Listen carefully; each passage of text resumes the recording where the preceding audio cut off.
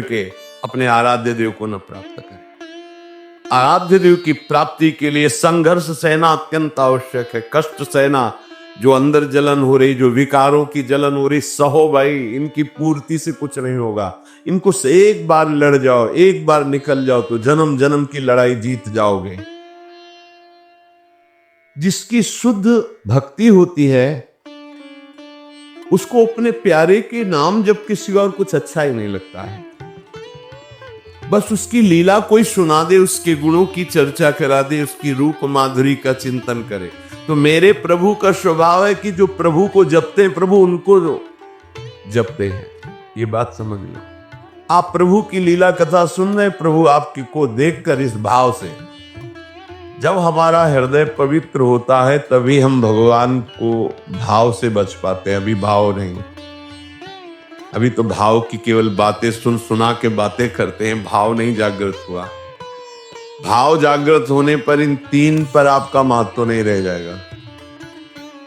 स्वजन संबंधियों पर, अर्थ के द्वारा प्राप्त होने वाले भोगों पर और इष्ट देव से बिलक साधनाओं पर, इन पर आपका राग नहीं रह जाएगा। ये पहचान है भाव की।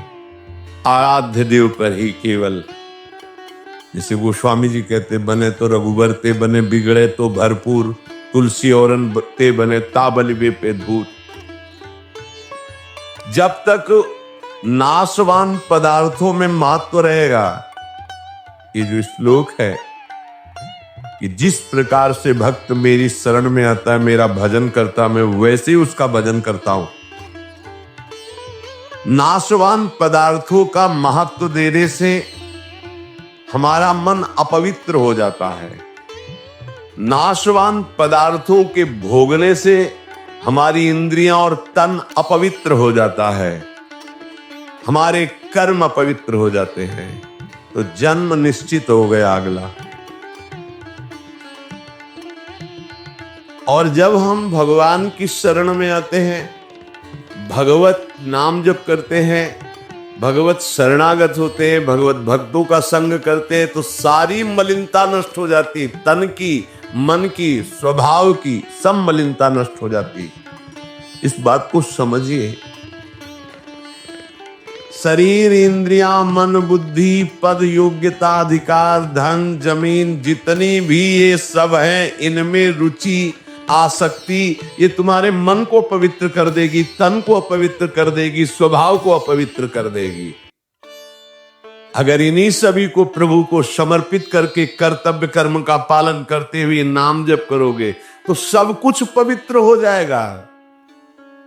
जैसे जड़ मिठाई कभी ऐसे लगाने वाली नहीं होती, लेकिन जब प्रभु को अर्पित करते तो प्रसाद हो जाती है। मांग करके किनका मिलता है तो बड़ा आनंद का अनुभव होता है, मेरे प्रभु का प्रसाद है। ऐसे ही शरीर, इंद्रियां, मन, बुद्धि, पद, योग्यता, अधिकार, धन, जमीन, जो कुछ भी है उसे प्रभु को अर्पित करके अपने कर्तव्य का पालन करते हुए जो नाम जप करता, उसका तन पवित्र, उसका मन पवित्र, उसका स्वभाव पवित्र, उसकी सब वस्तुएं पवित्र हो जाती है। अब तो वैसी निष्ठा नहीं दिखाई दे रही है, होगी किसी के अंदर। पहले महापुरुषों में देखा, जैसे श्री चतुर्भुजदास जी महाराज, जो सेवक जी के मित्र थे। अगर जिस गांव में गए वहां अगर वैष्णव नहीं है, कंठी तिलकधारी, तो उस गांव के कुएं का पानी भी नहीं पिएंगे, ऐसी निष्ठा रखते थे। यहां एक भी वैष्णव नगर में नहीं थे। नगर क्या है, ये भूतों का डेरा है। फिर जहां भगवान का भक्त नहीं, भगवान का भजन नहीं, नाम कीर्तन नहीं, उस नगर का पानी नहीं पीते थे। ये उनके चरित्र में आया है। बहुत पवित्रता का निर्वाह महापुरुष जन भजन के लिए करते थे। गले में कंठी नहीं, मस्तक पे तिलक नहीं, तो हाथ से पानी पीने की रुचि नहीं। ऐसी निष्ठा, निष्ठा में ही तो सब। इसी निष्ठा का प्रभाव दैवी शक्ति को भी परास्त कर दिया। एक दिन एक नगर से निकल रहे थे तो देखा एक आदमी चिल्ला रहा था, रो रहा था, उसके हाथ पीछे बंधे हुए थे और बड़ा ढोल नगाड़ा बज रहा था, उसको घसीटते हुए ले जा रहे थे। चतुर्भुज दास जी मंडली के सहित मुरली मनोहर अपने ठाकुर को लेकर मुरलीधर को वो विचरण करते थे, तो उन्होंने लोगों से पूछा, ये आदमी इतना त्राहिमाम बोल रहा है, इसका कोई साथ क्यों नहीं दे रहा है, इसको क्या? तो बोले ये देवी के बलि चढ़ाने के लिए ले जाएगा। देवी की बलि? कहाँ है मंदिर? गांव के बाहर है। वाह, पहले उसको रुकवा दिया, इतना भजन का तेज था, रुकवा दिया और दरवाजे पे गए और कहा कि तुम माँ हो? कैसी माँ हो जो तुम अपने बच्चों की हत्या करवा कर मुस्कुराना सीखती हो? तुम माँ हो, इसका मतलब है तुम्हारे अंदर ममत्व नष्ट हो चुका है। चाहे कोई भी सृष्टि का जीव हो, वो तुम्हारा बेटा होता है। कुपुत्रो जायते क्वचित् कुमाता न भवति। ये कैसा न्याय है आपका कि आपके सामने आपके बेटे को बंदी बनाकर बलि दिया जा रहा हो, आप प्रसन्न मुद्रा में हो। वहां के पुजारी ने कहा, आप अंदर नहीं घुस सकते। बोले ये अंदर नहीं रह सकते। अब ठाकुर जी को साथ लेके देवी जी बाहर निकल आए, ठाकुर जी को सिंहासन पे विराजमान किया। उनके भागवतिक वैष्णव तेज भजन के प्रताप से लिखा हुआ है भक्तमाल जी में भी, जहां भी उनका चरित्र चतुर्भुज दास जी का, ऐसे हरिव्यास देवाचार्य जी। तो देवी जी ने कहा क्या आदेश है हमारे लिए? देवी जी ने कहा, तो उनका पहले यहां के राजा को बोलो कि आज के बाद अगर यहां बलि चढ़ी तो सर्वनाश तुम ही करोगी। बोलो जाके यही। राजा को जाकर के देवी जी ने भय दिखाया और कहा, अगर आज के बाद किसी भी जीव की हमारे ऊपर बलि चढ़ाई गई तो अब हम वैष्णवी हो गई है आज के बाद। हाँ, अगर बलि चढ़ानी तो नारियल नींबू आदि, ये नहीं, जीवों की बलि नहीं। कंठी बांधी देवी जी के और श्री जी के चरणारविंद की आसक्ति का मंत्र दिया देवी जी को चतुर्भुज दास जी ने। ठाकुर मुरलीधर को वहां विराजमान करके नाम कीर्तन बंद करा दी, प्रथा मुक्त करवा दिया, जो बलि की लीला है। नाम बल, भजन बल। यदि आप प्रभु का आश्रय ले लिए, नाम जप नहीं कर रहे, तो यही शरीर, इंद्रियां, मन, बुद्धि, पद, योग्यता, अधिकार, धन, जमीन, ये तुम्हारे तन को मलिन, मन को मलिन, स्वभाव को मलिन और अगला जन्म निश्चित। जैसे कोई कहता है हम तो पिछले जन्म को मानते नहीं, अगले जन्म को मानते ही नहीं, तो तुम्हारे मानने न मानने से सृष्टि चल रही क्या? कि तुम मानोगे तो सृष्टि चलेगी, नहीं तो बंद हो जाए। हम मानते नहीं सूर्योदय होता है तो सूर्योदय बंद हो जाएगा क्या तुम्हारे मानने ना मानने से? क्या ईश्वर का संविधान और शासन आंख मूंदने से टल जाएगा क्या? तुम्हारे ऐसा कहने से टल जाएगा क्या? अगर नहीं मानते हो तो है कोई परम शक्तिशाली जो बरबस जीव को उसके कर्म को भुगवा रहा है कोई कर्म का प्रबल फल देने वाला महान ईश्वर जो सुख और दुख के चक्र में पूरी सृष्टि को फंसाए हुए है। उसी से मुक्त होने के लिए वही है एकमात्र जिसका आश्रय ले लो। भक्त को भगवान के स्वरूप का ज्ञान, भगवान का दर्शन, भगवान के साथ खेल खेलने का सौभाग्य, तीन बातें जो प्राप्त होती है, ये ज्ञानी को नहीं प्राप्त होती है। भगवान के प्रेम स्वरूप, भगवान का दर्शन, संभाषण और भगवान के साथ खेलना, ये नहीं। ये बड़ी दुर्लभ बात भक्ति से प्राप्त होती है, इसलिए सर्वोपरि भक्ति। जो भगवत परायण भक्त है उसमें शरीर और संसार की आसक्ति नहीं रहती। देख लो, शरीर और संसार की आसक्ति नहीं रहती। इस भगवत परायणता के लिए हठ पूर्वक बहुत नाम जपा जाए तब ये जागृत होती भगवत परायणता। हठ पूर्वक शब्द आया है। हठ पूर्वक हमको नाम जप करना बहुत कठिन है। नाम जप करना, बातें बना लेना अलग बात है। नाम जप करना बहुत कठिन है।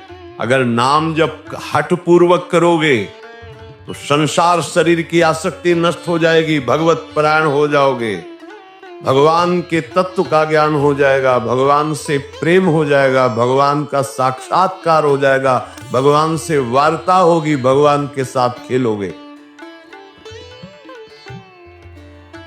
जब भगवत परायणता जागृत होती है तो कुत्ता, गधा, चांडाल, जहां दृष्टि जाती वहां श्री कृष्ण दिखाई देते हैं। विद्या विनय संपन्ने ब्राह्मणे गविहस्तनि स्वनी च सुपाके च पंडिता समदर्शिना। ये तत्वबोध हो जाता है भक्त को,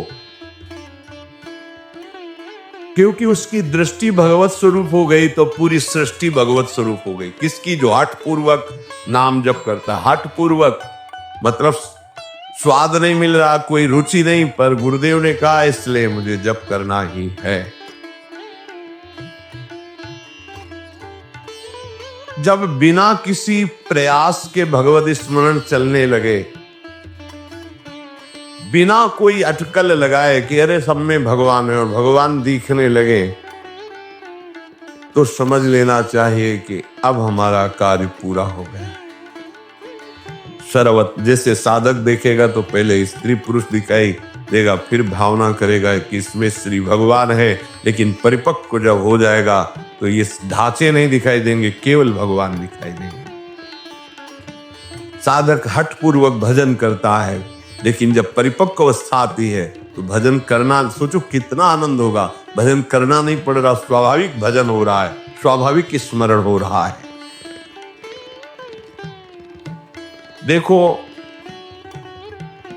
जल जड़ है, जल तत्व जड़ है, पर इस जल में जब रगड़ पैदा की जाती है तो बिजली पैदा हो जाती है। इसी प्रकार जो भक्त इस जड़ जिह्वा में नाम की रगड़ पैदा करते तो इसे आध्यात्मिक अग्नि पैदा हो जाती है। यही सब पापों को भस्म करके, संचित कर्म को भस्म करके ये भगवत प्राप्ति कराती, ये समस्त विकारों पर विजय प्राप्त कराते हैं। जड़ जिह्वा पे जैसे बिजली घर्षण के द्वारा पैदा होती, जल में जल का परस्पर घर्षण होता है, उससे बिजली पैदा हो जाती है। ऐसे जिह्वा और नाम का घर्षण होता है तो एक आध्यात्मिक शक्ति पैदा होती है, जो समस्त कामनाओं पर विजय प्राप्त कराती है, जो माया को पराजित करके भगवत साक्षात्कार कराती है। पकड़ो भाई, बात को पकड़ो। हमारा मन जो चाहता हो करवा लेता, हमें सामर्थ्य नहीं, वो सामर्थ्य नहीं। देखो ना बिजली कहां पैदा हुई हो, कहां तक प्रकाश कर रही है। ये बिजली पैदा होने का स्थान थोड़ी है, बिजली तो कहीं और पैदा हुई, लेकिन एक संबंध के कारण वो यहां भी प्रकाशित हो रही। क्रम से संबंध है तो यहां प्रकाशित हो रही। ऐसे ही रोम रोम रग रग में अध्यात्म शक्ति का प्रकाश, तो जगत में जो भी उसके सानिध्य में आएगा वो अध्यात्म शक्ति संपन्न हो जाएगा। ये बिजली पैदा करो, बिजली तुम्हारे अंदर वो सामर्थ्य है कि तुम ये आध्यात्मिक शक्ति प्रकाशित कर सकते हो। क्या करो? बोले इस जड़ जिह्वा में नाम को रगड़ो, इसी से बिजली पैदा हो जाएगी। बहुत संघर्ष करता है तब भाव का प्रादुर्भाव हो जाता है। ये यथा माम प्रपद्यन्ते तास्तथैव भजाम्यहम् मम वर्तमानो वर्तन्ते मनुष्या पार्थ सर्वशः। भक्त भगवान की जिस भाव से, जिस संबंध से उपासना करता है, भगवान वैसा ही दर्शन देते हैं। देख लो, जब जहां जैसा भक्तों ने भाव किया, भगवान वैसी ही लीला की। ऐश्वर्य भाव रखोगे तो ऐश्वर्य दिखाई देंगे, माधुर्य भाव रखोगे तो माधुर्य दिखाई देंगे। भगवान उसी प्रकार से भक्त के अनुभव में आते हैं जो जैसा भगवान के प्रति भाव रखता है।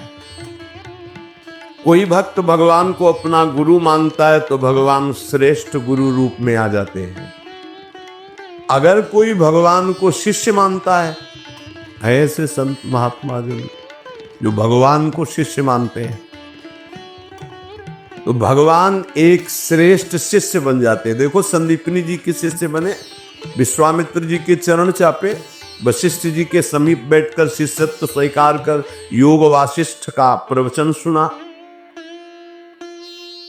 यदि भगवान को माता माना जाए तो भगवान माता रूप में अनुभव देते हैं, भगवान को पिता माना जाए तो भगवान पिता रूप में अनुभव देते हैं। भगवान